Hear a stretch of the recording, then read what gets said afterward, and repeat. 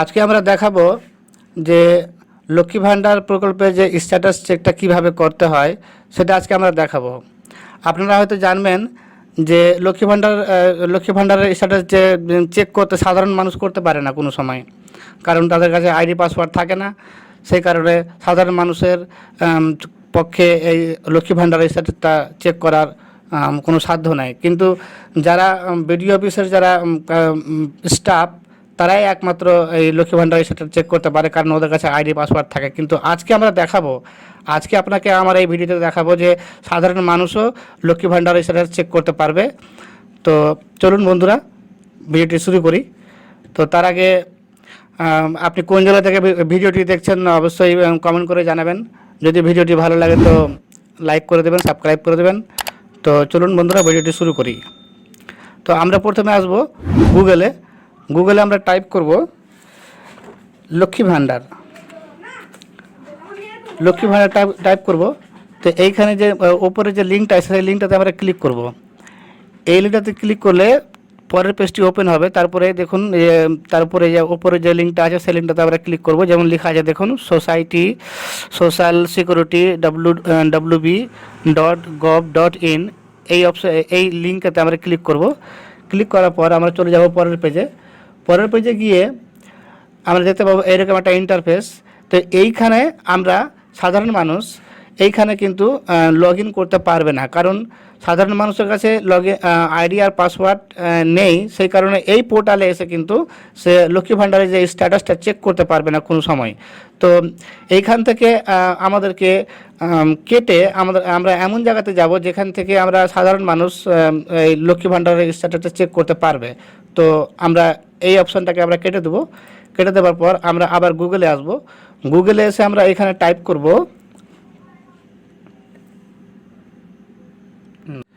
তো বন্ধুরা আমরা এখানে টাইপ করব দুয়ারে, এই দেখুন যে লেখা আছে দেখুন দুয়ারে সরকার। এই দুয়ারে সরকার অপশানে আমরা ক্লিক করব। ক্লিক করার পর ওপরে যে লিঙ্কটা আছে সেই লিঙ্কটাতে আমরা ক্লিক করব।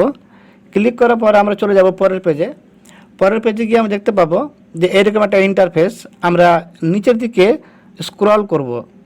তো যারা মোবাইল থেকে এটা দেখবেন তাদেরকে কিন্তু মোবাইলে ডেস্কটপ সাইজ বলে একটা অপশান আছে, সেই অপশানটাতে ক্লিক করে আপনার মোবাইলটাকে ডেস্কটপ সাইজ করে নেবেন, তাহলে আপনার মোবাইলটা কম্পিউটার হয়ে যাবে। তো যেহেতু আমরা কম্পিউটার থেকে দেখাচ্ছি, তো আমরা নিচের দিকে স্ক্রল করব। নিচের দিকে স্ক্রল করার পর দেখুন লেখা আছে ফাইন্ড ইওর ক্যাম্প। এই ক্যাম্পটার নিচে আমরা এই ক্যাম্পে ক্লিক করব না, এই ক্যাম্পের আমরা নিচে আসব। নিচে এসে আমরা দেখব এই যে দেখুন লেখা আছে চেক ইওর অ্যাপ্লিকেশন স্ট্যাটাস। আমরা এইখানে ক্লিক করব। আমরা এইখানে ক্লিক করে আমরা পরবর্তী পেজে যাব। তো আমরা চলে এসেছি। এবার আমরা দেখুন এখানে একটাই অপশান দেখাচ্ছে স্বাস্থ্যসাথী দিয়ে লেখা আছে নিচে দেখুন চেক স্ট্যাটাস। আমরা এইখানে ক্লিক করব। এইখানে ক্লিক করলে কিন্তু আমাদের কোনো রকমের স্ট্যাটাস চেক করতে পারবো না। তো আমাদের কী করতে হবে, নিচের দিকে আসব। নিচের দিকে এসে দেখবো যে এই যে ডান সাইডে দেখবো যে একটা ওয়ান লেখা আছে, এই ওয়ানে আমরা ক্লিক করব। এই ওয়ানে ক্লিক করার পর আমরা চলে যাব পরের পেজে।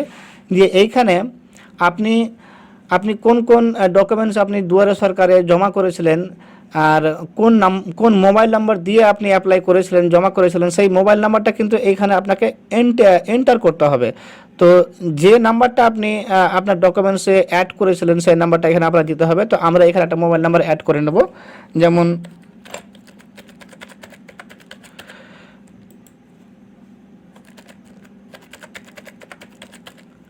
এই যে একটা মোবাইল নাম্বার আমি অ্যাড করলাম, এই মোবাইল নাম্বারটা আমার একটা ফর্মের সঙ্গে আমার অ্যাড করেছি। তো আমরা এই নাম্বারটাকে দিয়েছি। আপনারাও আপনাদের নিজেদের মোবাইল নাম্বার এখানে টাইপ করবেন।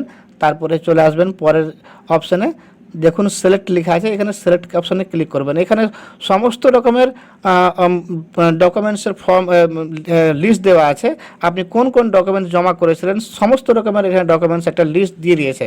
তো আপনি এটা চুজ করে নেবেন। যেমন আমি এখানে চুজ করে নিচ্ছি যে লক্ষ্মী ভাণ্ডার। আমি লক্ষ্মী ভাণ্ডারের সঙ্গে এই মোবাইল নাম্বারটা আমি অ্যাড করেছি। এই মোবাইল নাম্বারটা আমি দিয়ে আমি লক্ষ্মী ভাণ্ডার অ্যাপ্লাই করেছি। তো আমরা এই লক্ষ্মী ভাণ্ডারটাকে ক্লিক করব। লক্ষ্মী ভাণ্ডার ক্লিক করার পর আমরা এই সাবমিট বাটনে ক্লিক করে দেবো। এই সাবমিট বাটনে ক্লিক করার পর সঙ্গে সঙ্গে কী করবে, দেখুন লেখা আছে secret OTP is send to your mobile number. তো আপনার মোবাইল নাম্বার একটা ওটিপি গেছে, সেই ওটিপিটা এখানে ফিল করতে হবে। যেহেতু আমার ফোনে ওটিপি চলে এসে, আমরা এখানে কি করব, ওটিপিটাকে টাইপ করে দেব। যেমন কি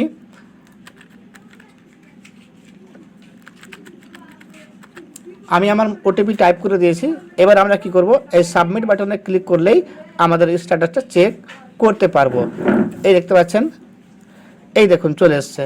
দেখুন মোবাইল নাম্বার আছে, মোবাইল নাম্বার পর অ্যাপ্লিকেশন নেম নট অ্যাভেলেবেল দেখাচ্ছে, আর অ্যাপ্লিকেশন স্ট্যাটাসে দেখাচ্ছে no such mobile number is registered in in case of any issue.